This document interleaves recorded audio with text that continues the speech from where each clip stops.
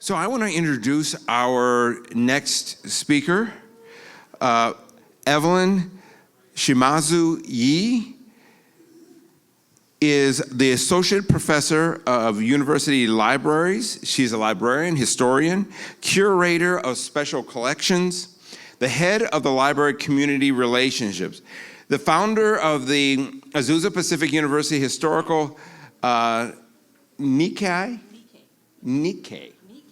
All right. American Missions Archive and the Azusa Pacific University Nisei? Did I pronounce that? Yes. Okay. The reason I do that is my wife could tell you I am an expert at slaughtering names and pronunciations. So thank you for your grace. All right. The Nisei Honorary Degree Program, part of the founding faculty. Let's welcome Evelyn Shimazu Yee.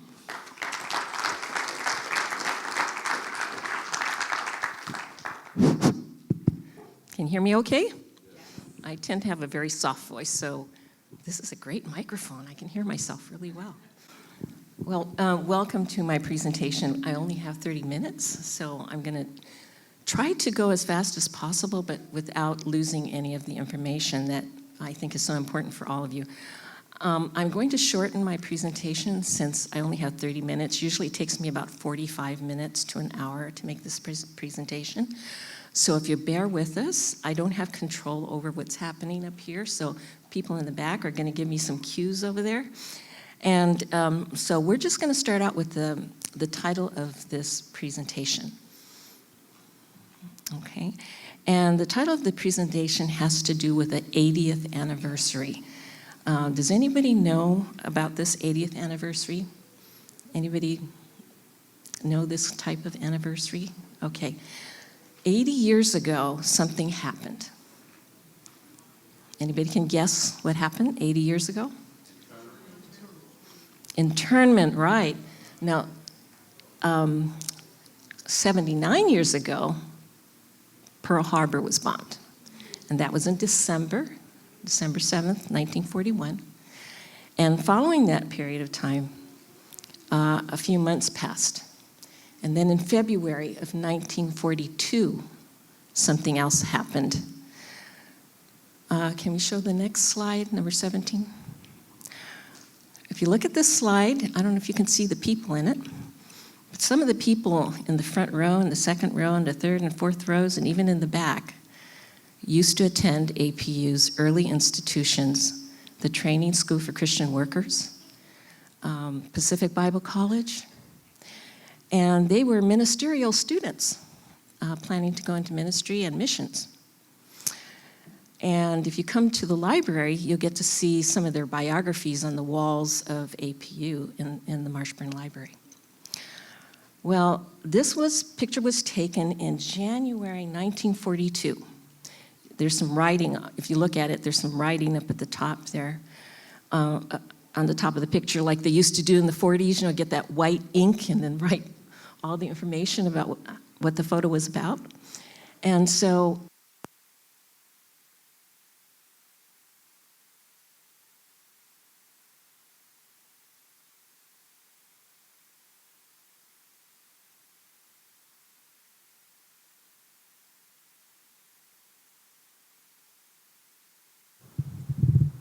can you hear me? Okay, good.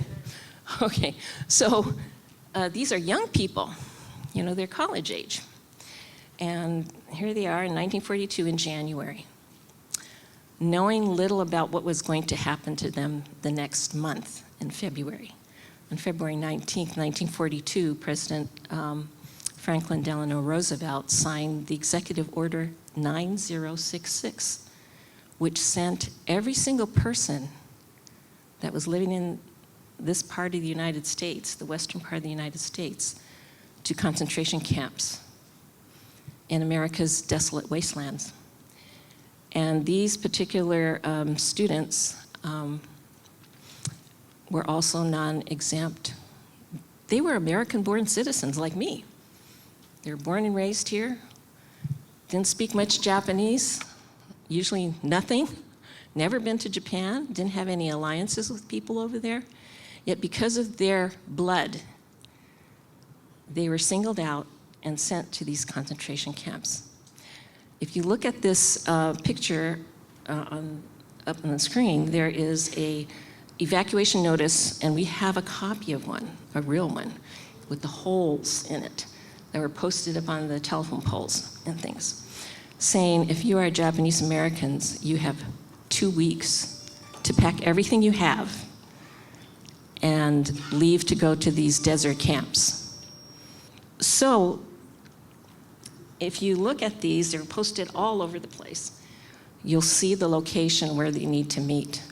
Guess where one of the locations were? The churches. My first church that I ever went to, Union Church down in LA, that was the meeting place for all the people downtown LA. They had to go there and meet. And they had to get there without a car. So you either had to walk or get somebody who was kind enough that wasn't going to camp to take you there. Okay, next slide.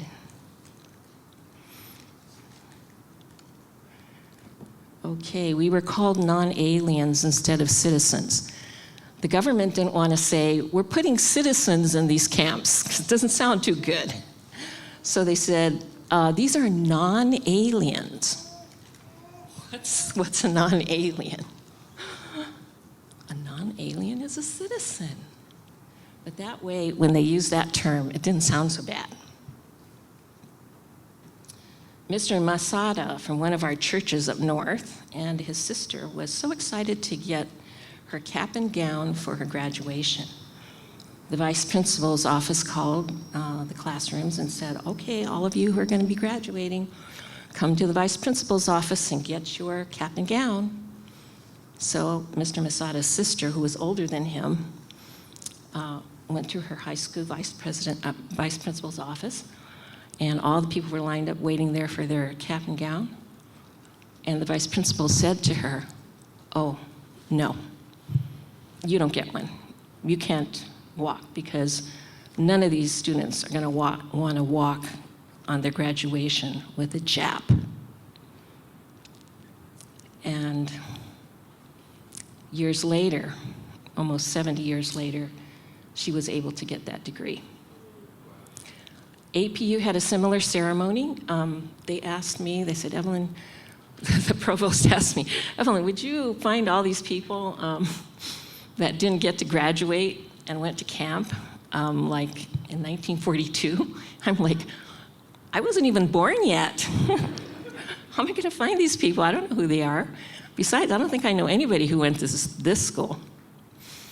I said, okay, I'll do it. But I had this terrible attitude. I was just saying, oh, yeah, they're just counting on me because I'm Japanese American. You know, I was grumbling under my breath and kind of shaking my fist a little bit. I said, okay, I'll do my job. So I went to the alumni's office and I went to try to get the names, and they gave me the list. They handed me this list of names, and I said to the lady, you know what? I'm not gonna know any of these people. I mean, how many years has it been? I don't know these people. She said, oh, I'll just look at it, see, maybe you might know someone. So I picked it up and I looked at it and I went, oh my goodness. The pastor who married my parents was one of the first ones on the list. The next one was probably my choir director, and then her sister also, who sang soprano with me and shared a hymn book. And then there's the pastor who baptized me. His sisters, two of his sisters, and his brother were on the list. I went down the list further, and there's the pastor who gave the sermon at Mount Hermon when I was in high school, inviting us to come up and rededicate our lives. I was moved that evening by this man, and he was on the list. I couldn't believe it. It went on and on and on. People I knew, people I had interacted with, I never knew that they had gone to my school. What does that say? God, you brought me here to do this. And I'm like, I'm so sorry. I apologize. I apologize. I should have never had that attitude. I will gladly do this. The year was 2009. I started, I don't know when it was, maybe spring. I started planning it, and my mother died. She died in September, on September 2nd. Her anniversary of her death was just the other week. And so the timing was really perfect because my mom knew I was doing it. She was really, really happy. And then my dad followed her 8 months later, and he passed away. But they both knew what I was doing, supported me on it, and it made them very happy. I was so glad that I was able to do that. The only thing is I never went back to my mom's school and my dad's school and said, hey, you guys, I need to get an honorary degree for my parents, because they didn't do that for them. But anyway, we did it at APU. It was a wonderful ceremony. Okay, I'm going to skip down to number 21. Can we go to 21?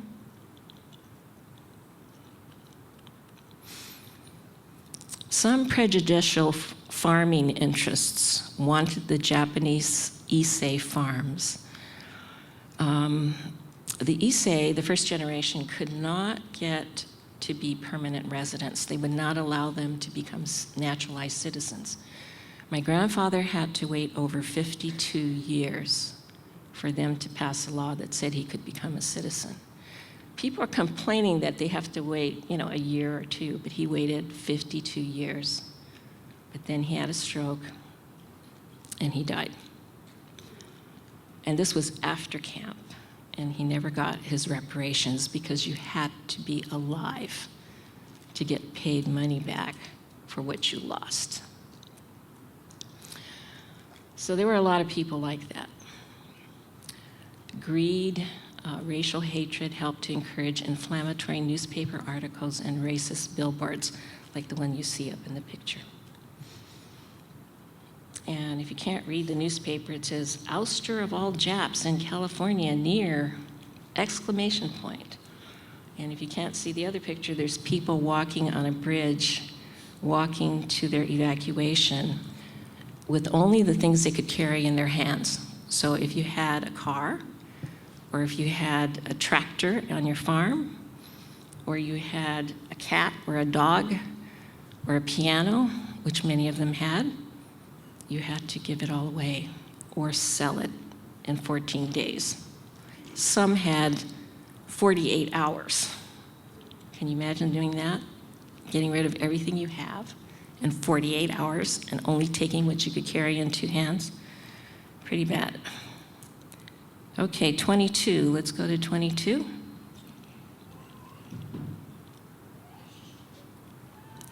If I can. How are we doing on time? Halfway, okay. On one occasion, I unexpectedly entered a small town. While I was waiting, I ordered lunch from a store in the area. The owner of the shop turned to his customers and said, "You shouldn't buy anything from these Japs yet. They will have to leave in a day or two, so they'll be forced to sell their stuff for cheap. Come back later." Okay, 23. Anyone who was 1/16th Japanese ancestry, even orphans, were forcibly evacuated, as all persons of Japanese ancestry were under suspect of being spies. No exceptions. 24.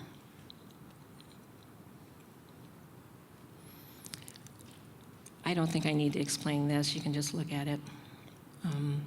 There's a mom with her baby, and when she was asked what she was carrying in her two bags, she said diapers. They didn't have disposables in those days. No air conditioning on the trains. Okay, 25. There's an aerial view of one of the camps on the far right. It's hard to tell what it is. It looks like all these different little squares or rectangles down on the ground. Those are all the barracks where they stayed 20 by 20 for a whole family, 20 feet by 20 feet. They stayed there for 3 years. Prior to that, they had to go to the horse stalls on Santa Anita Racetrack. You ever go by Santa Anita Racetrack or the mall? That's where they stayed. And my mom said it was temporary, lots of red ants. And I thought, oh, maybe 2 weeks or 3 weeks or something. No, they stayed there for months. And the place smelled of horse manure. There were a lot of things that happened, and one of the things that happened, go to number 26. This is the Los Angeles Free Methodist Church. It was a beautiful church. It had one of the largest organs in the United States there. Beautiful. It had beautiful sound. And that was a church I attended part-time when I was living in East Los Angeles. 27. But someone arsoned it. Someone arsoned that church when they were doing a remodeling project. And this is a picture, number 27, of my pastor and his other pastor friend looking over the damage. 28. This is the church when they rebuilt it. God was good. God helped us to build a brand new church. This is Mission Valley Free Methodist Church. Stan, where are you? Raise your hand. Okay, Stan used to be one of the assistant pastors over at Mission Valley Free Methodist. I didn't know he was going to be here today. So happy to see you. Okay, 29. Okay, these are all the different people that were, white pastors, Japanese pastors, people that helped out after the evacuation when people came back and didn't have anywhere to live. And they all worked together like brothers and sisters, side by side, shoulder to shoulder. And this exemplifies, the Free Methodist way. They have the different, 5 different things. And they just were like brother and sister through the whole thing. Number 31. Okay, these are the pastors who went out to missionary societies after the war and said, we want to go to Japan and minister to those people over there because they're lost. And after the war, after the bombing and everything, they wanted to go there and minister to those people and help them to be, to know Jesus. But every single missionary society they went to refused them because they were Japanese Americans. So this one white pastor had a good idea. He said, well, why don't you make your own? So they did. And today it's called GEMS. Maybe you've heard of it. It's an umbrella organization for over 100 Japanese American spawned churches. God blessed. Out of the depravity there, God blessed. And today, those churches are still alive. The mission churches, the first mission churches, are flourishing with lots of young people, just really having a wonderful ministry. Okay, right now, how would you like to see a film that my intern made? How many would like to see a film my intern made?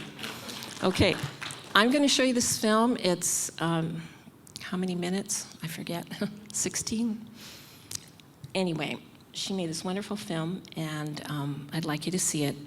And the reason I'm showing you this, it's part of the history of the Pacific Coast Japanese Free Methodist Conference, because every single one of those leaders from the history of the Pacific Coast Japanese Free Methodist Conference, or PCJC as many people call it now, they leave out the FM, and I go, don't do that.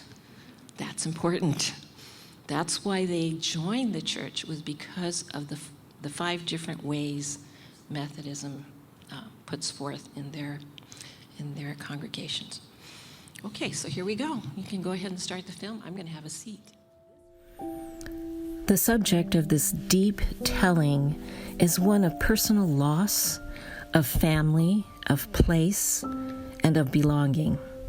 In this video, Hannah Fong Gailey, Library Ethnic Studies intern, We'll read the story, which is highly autobiographical in nature for the author and has great significance as well for Hannah, our student reader.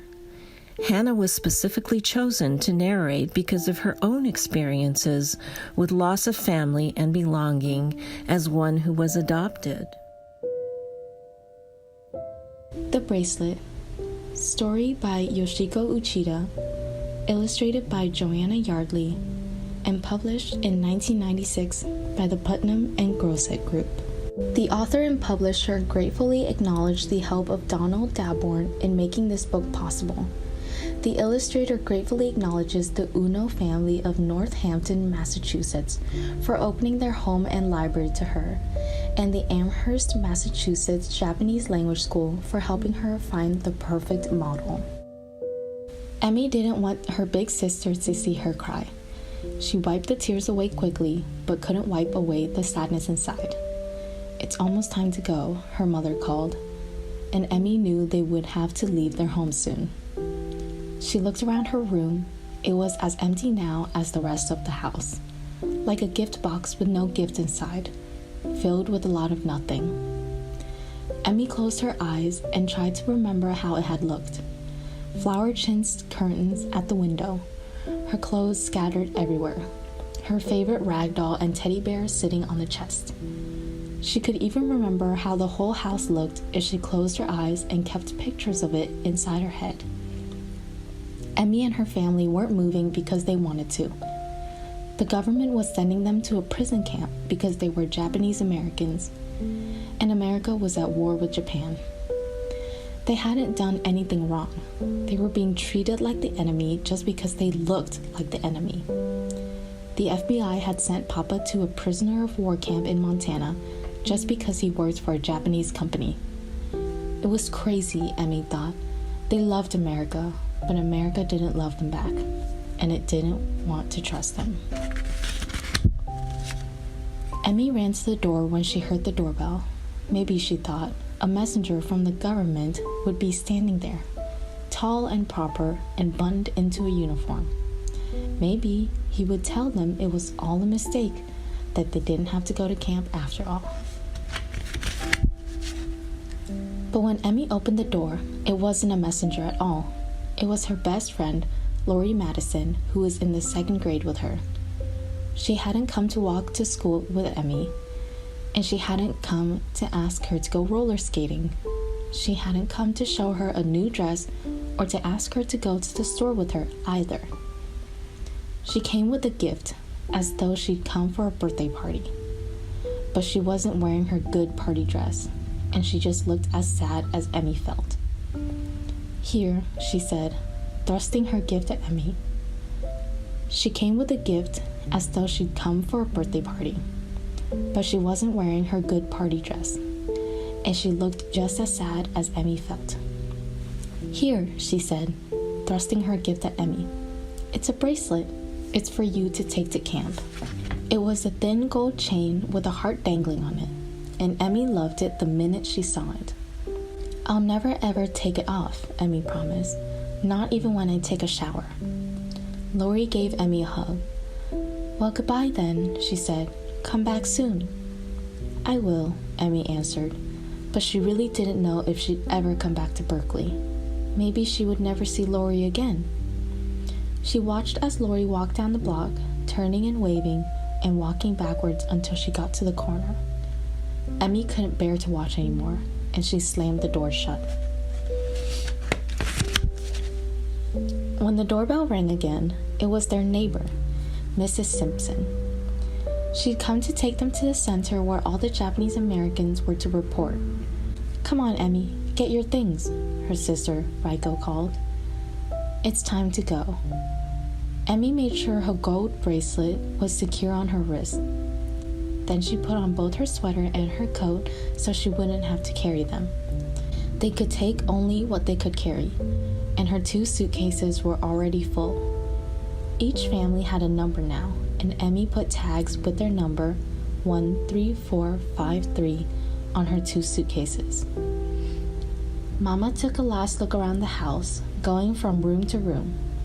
Emmy followed her, trying to remember how each one had looked when they were filled with furniture and rugs and pictures and books.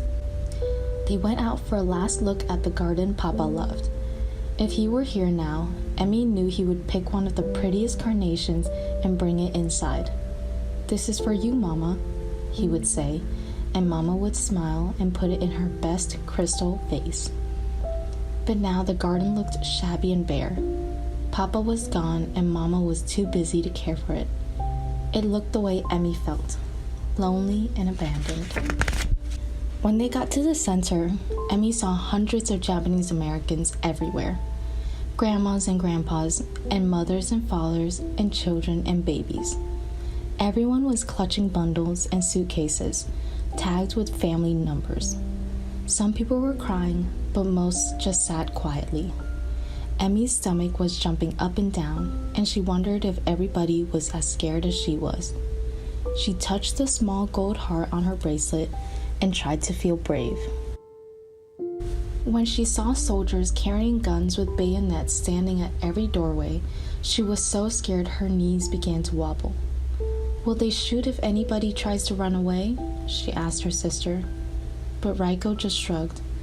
"I don't know," she said solemnly. "Maybe." Soon it was time for everyone to board the buses lined up at the curb. They would take them to Tanforan racetracks, which the army had turned into a prison camp. As the buses started down the street, she knew so well. Emmy kept her eyes on the window. They passed the Cato grocery store, where Mama used to buy bean curd cakes and pickled radishes. The windows were boarded up now, but Emmy saw a sign still hanging on the door. It said, "We are loyal Americans." I am too, Emmy thought. We all are. But the army didn't seem to think so. The bus sped down to the water's edge and crossed the Bay Bridge, looking silvery in the sun. "Goodbye, bridge," Emmy whispered. "Goodbye, San Francisco Bay. Goodbye, seagulls." Emmy glanced at her sister sitting next to her and could tell she was trying hard not to cry. "Stupid army," Raiko was muttering. "Stupid war." And then they were at the Tanforan racetracks. There was a barbed wire fence all around it and guard towers at each corner. Armed guards swung open the gates to let the buses in and then closed them so no one could get out. They were locked in. They were assigned to Barracks 16, Apartment 40, and Papa's friend Mr. Noma helped them look for it. It wasn't among the massive army barracks built around the racetrack or in the infield. In fact, it wasn't a barrack at all. It was a long stable where the horses had lived, and each stall had a number on it. "Well, here it is," Mr. Noma said as he came to a stall marked number 40. "This is your apartment." Emmy and Raiko peered inside. "Gosh, Mama, it's filthy." No matter what anybody called it, it was just a dark, dirty horse stall that still smelled of horses. And the linoleum laid over the dirt was littered with wood shavings, nails, dust, and dead bugs. There was nothing in the stall except 3 folded army cots lying on the floor. Mama tried to cheer them up. "I'll have Mrs. Simpson send us materials for curtains," she said. "It will look better when we fix it up." But Emmy could tell Mama felt just as bad as she did, and no one could think of anything more to say. Mr. Noma went to get mattresses for them. "I'd better hurry before they're all gone," he said. He rushed off because he didn't want to see Emmy's mother cry. But she didn't cry. She just went out to borrow a broom and swept out the dust and dirt and bugs. It was just after Emmy and Raiko had set up the army cots that she noticed. "My bracelet's gone!" Emmy screamed. "I've lost my bracelet!" Emmy looked in every corner of their stall and along the ramp that led to their stable. Mama and Raiko helped her, but no one could find it. It was getting dark, but Mama got out her flashlight and they walked back along the racetrack, retracing every step they'd taken. The track was muddy and full of puddles the rain had left the day before. They looked and looked, but they couldn't find Emmy's bracelet anywhere. It was time now to have supper at the grandstand. Emmy stood with Mama and Raiko at the end of a long, weaving line, each of them clutching a plate and a fork. But all she could think of was her bracelet. Already she'd lost the one thing that could help her remember her best friend. Emmy wanted to cry. The next day, as Emmy unpacked her suitcase, she found her favorite red sweater. She remembered how she and Lori had both worn their red sweaters on the first day of school. They'd had matching lunch boxes too. And after school, they'd gone to fly kites in the vacant lot near home. Emmy could just see their red and yellow kites dancing in the wind. And suddenly, Emmy knew she was remembering Lori that very minute, right inside her head. Just the way she could remember every room in her house in Berkeley. Maybe, she thought, she didn't really need the bracelet to remember Lori after all. Mr. Noma came to put up some shelves for them. He'd even made them a table and bench from scrap lumber. The first thing Mama put on the shelf was a photo of Papa. But Emmy knew she didn't need a photo of Papa to remember him. It was as though Mama had the same thought. "You know, Emmy," she said, "you don't need a bracelet to remember Lori any more than we need a photo to remember Papa, or our home, or all the friends and the things we loved and left behind. Those are things we carry in our hearts and take with us no matter where we are sent." Emmy knew Mama was right. They would soon be sent to a camp in the Utah desert, but Lori would still be in her heart even there. Lori would always be her friend, no matter where she was sent. And Emmy knew she would never forget Lori, ever. The end.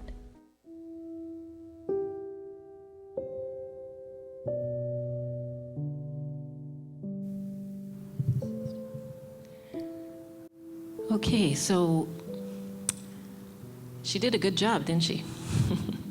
My student did a really good job. I'm very proud of her.